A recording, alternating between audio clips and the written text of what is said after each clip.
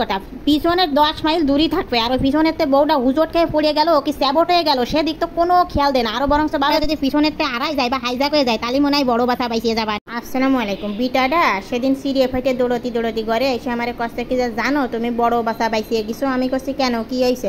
পয়লা বৈশাখের ওই মেলায় যাওয়ার জন্যই তো তুমি কাহামাঙ্গা করছিলে। ওই মেলায় যেসব বিটিরা গেছে সেসব মিটিংয়ের মোবাইল ফোন ব্যাগের মধ্যে কিন্তু একটাও নেই, সব চোরে ছাঁচাই নিয়ে গেছে। গিস তুমি যাওনি গিলি কিন্তু তোমার ফোনটারও এরকম খোয়াতি হতো। আমি করছি অত কথা কলি হবে না, আজকে ঠান্ডা ঠান্ডা পড়তেছে, এদিক ওদিক জেনে মন চাই সেদিক আমার নিয়ে চলো। বিটাকের কাছে একটা বাহেনা করলে আর বিটারা প্রকাশ করে তোমার ওই আবদারটা পূরণ করবে সেটা কোনোদিনও সহজে সম্ভব হয় না। ওই কারণে সোজা আঙ্গুলটা টকাশ করে বেহাই ফেলতে হয়। আমি এই জন্য 2 দিন মাত্র তারে খাওয়া দাওয়া প্লাস তার সাথে কথা বন্ধ করে দিলাম। দিয়ার সাথে বিটাটা এবার নড়িয়ে চড়িয়ে বসলো, খালি চলো কোন জায়গা জাতি মন চাচ্ছে সেই জায়গা নিয়ে যায়। ডেনা ধরে টানতি সেহেনি নিয়ে আইছে। রাস্তাঘাটে বাজার ঘাটে কোনো গিলি দেখবা যে এরম হাত ধরে বিভিন্ন কপতি সামনে দিয়ে ঘুরে বেড়াচ্ছে। আমরা যারা 1 বাচ্চা 2 বাচ্চার মা তারা যদি স্বামীর সাথে কোনো জায়গা যায় লাভ ধরা তো দূরের কথা, পিছনে 10 মাইল দূরই থাকবে আর ওই পিছনেতে বউটা হুজট খেয়ে পড়ে গেল কি স্যাবট হয়ে গেল সেদিক তো কোনো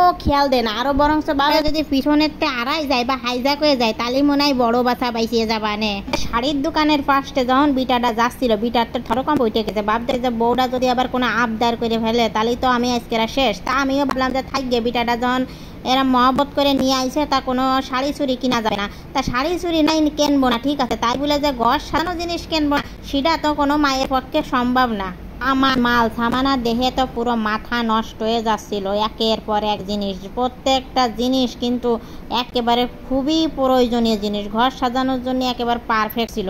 তা বিভিন্ন জিনিসপত্র দেখে কিছু জিনিসপত্র কিনে তারপরে আটটি সামনের দিক অগ্রসর হলাম। পার ব্যথাটা কিরাম যেন অসাড় হয়ে যাচ্ছে। ঘুরতে গেলি যতই তোমার পার ব্যথা হোক আর যাই হোক যত বড় সমস্যাই হোক না কেন বিটাগের সামনে তো সেটা কোয়া যাবে না, কলি তো এইবার ধরে বসবে না। তোমাকে তো কই যে ঘরে থাও বাইরে আইসে না, তা আমি তো একেবারে মুখ বুঝে দাঁতের পরে দাঁত দিয়ে যত সমস্যাই হোক না কেন ভাবলাম যে সহ্য করবো। আর এখন সামনের পরে যে সমস্ত জিনিস দেখতেছি তাতে তো আমার সব সমস্যা দূর হয়ে গেছে, দেহার সাথেই মনের মধ্যে শান্তি লেগে গেছে। তা জেনে যায় না কেন এই বাজা পড়া জিনিসটা দেখলে কিন্তু একটা আলাদা প্রশান্তি লাগে। প্রত্যেকটা জিনিস খুবই চমৎকার, একেবারে দেহে খাইয়ে মন প্রাণ সব জুড়ে গেল। আর এই গরমের সময় যদি এরম সামনে ঠান্ডা ঠান্ডা লেবু শরবত দেয় তাহলেই তো আর কোনো কথাই নেই। ঢক ঢক করে খাইয়ে ও বরফ যে জায়গার বরফ হয় যে মানুষ মরা বরফ হোক আর মাছের বরফ হোক ও তো চিন্তা করার দরকার নেই, খাওয়ার দরকার ঢকঢকায় মাইরে দিলাম। আর মনোরম পরিবেশ দেখছো, বাতাসে একেবারে মন পিরান জুড়াই যাচ্ছিল। তোমাদের একটা পরামর্শ দিলাম যে স্বামীরা যতই বেগড়বাই করুন না কেন তোমরা মুলামুলি করে বগলটা দাবা করে স্বামীরে একেবারে গুত্তি নিয়ে যাতে বাধিত করবা।